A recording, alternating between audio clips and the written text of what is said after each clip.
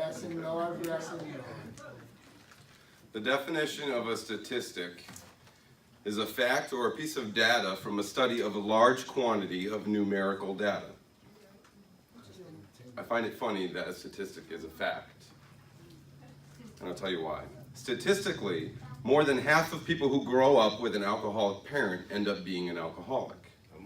For those who quit drinking, there is evidence that approximately 90% of alcoholics are likely to experience at least one relapse over a 4-year period following treatment.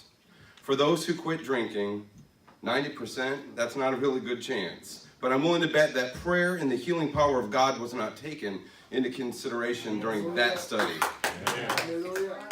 Most of you know my testimony. I used to be an alcoholic. I have been sober for over 2 years now, and the world will tell you that I am still an alcoholic.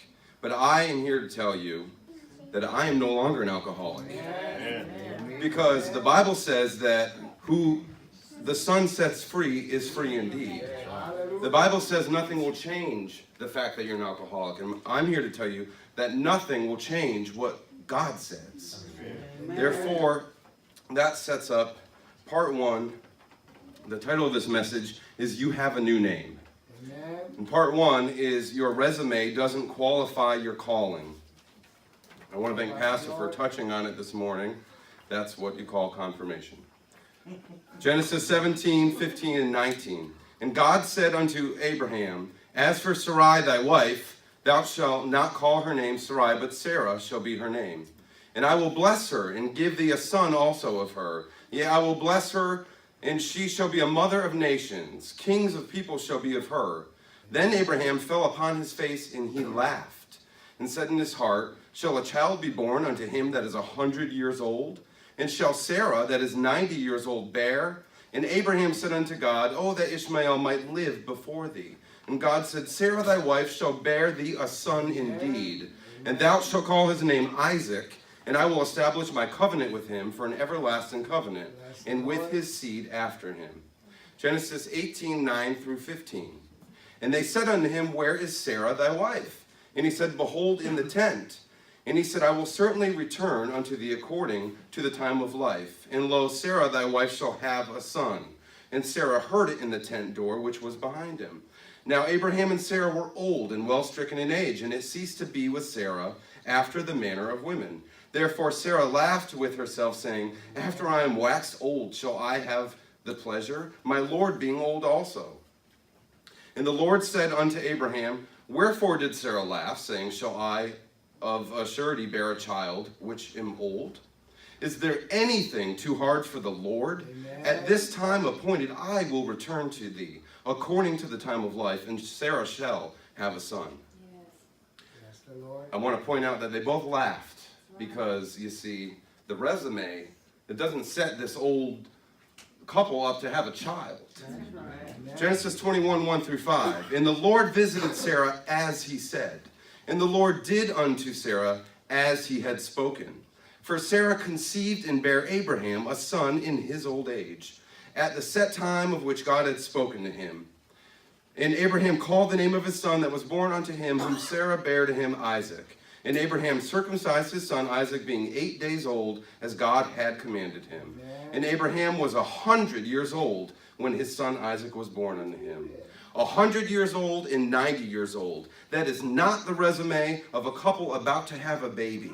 They knew nobody around them was having children at that stage in life. It doesn't matter what the world says, and it doesn't matter what we say. When God says he's going to do something, he does it. And it doesn't matter if it makes sense, because we do not serve a God who goes to statistics.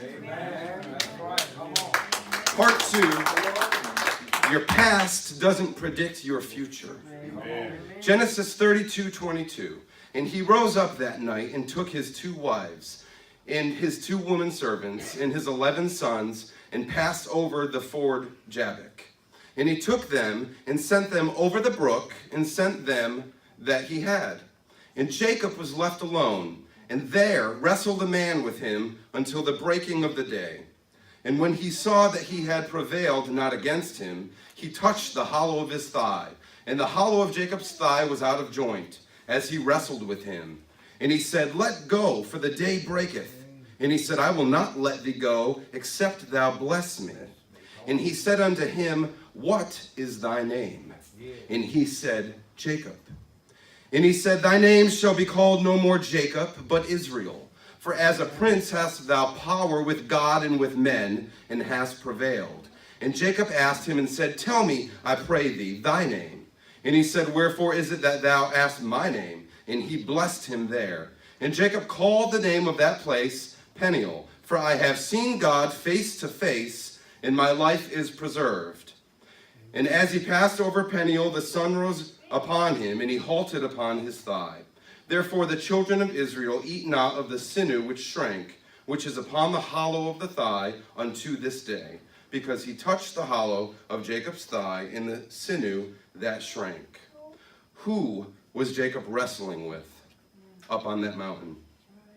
He was wrestling with God, the creator of the universe, the one who knew Jacob's name even before he created him, the one who made it possible for his grandmother to conceive his father Isaac at the age of 90. He is asking Jacob, what is your name? You see, his parents named him Jacob. When people called out the name Jacob, he responded. The world knew him as Jacob. He knew himself as Jacob. But God said, what is your name? And he said, my name is Jacob. God said, no longer will you be known as Jacob. From this day forward, you have a new name. You will be known as Israel. And tonight, I want you to understand this. Many of us are walking around thinking that we are who the world says we are, and that we are who we think we are. But God is saying, no longer. From this day forward, you have a new name. Your name is no longer Jacob. Your name is Israel. Everything that you have done, everywhere that you have been, it doesn't matter anymore, because on this day, a new journey begins. I call you Israel because I have plans for you. And the plans that I have for you will not be plans that it's known from Jacob, but plans that will be known from Israel. Everything that you have done, everywhere that you have been, it does not matter. We must step outside of who we think we are so that we can become the Israel that God has called us to be. We need to learn not to let the world convince us of who we are. We need to stand willing and ready for God to bless us. And when he does, we need to receive our new name and start walking in the power that comes with it. Hallelujah. We have the God who created the heavens and the earth living inside of us. And that should empower us to walk like we are somebody. We need to rise up, take our place, know whose we are, and start walking by our new name. And I'll let the other 2 minutes go to my mom.